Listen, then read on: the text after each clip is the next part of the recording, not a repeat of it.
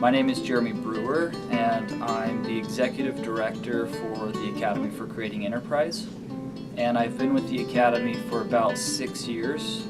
I started as an intern when I was a BYU Hawaii student, and then worked the way up to being the Executive Director.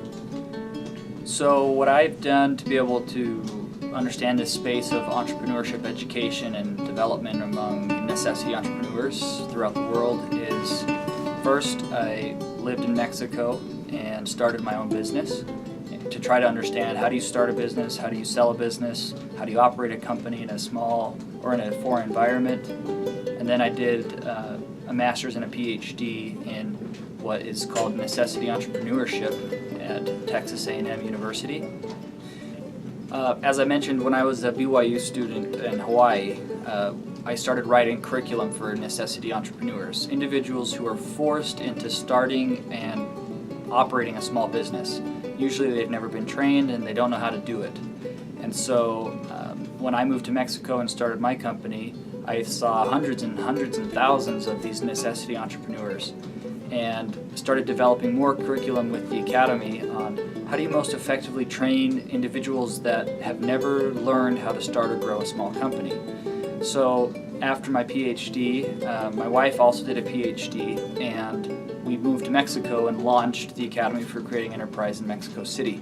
It's a 4-acre campus. We've trained just over 2,000 students in our 3 years there. I'm one of those kids from elementary school who never had food, who always wore used clothes, who grew up very poor. When we had problems with our teeth or health, sometimes we just didn't have the funds to be able to afford health care or food, and that's really hard to grow up in that environment. Growing up poor and understanding how challenging it can be for people to believe in themselves and to have the self-confidence, I felt that I could add extreme value to their lives by understanding the theories of entrepreneurship and also the practice of being an entrepreneur. And so for me, it was a once-in-a-lifetime opportunity to go down and build this program in Latin America. So a lot of the times when I talk about Mexico, I always am able to tell about a very good friend of mine named Gandhi Blas. So he's Mexican, his name is Gandhi, grew up extremely poor, went to 15 different elementary schools during his 6 years of elementary education. He moved all the time. His mom was always moving. She was a teacher for schools.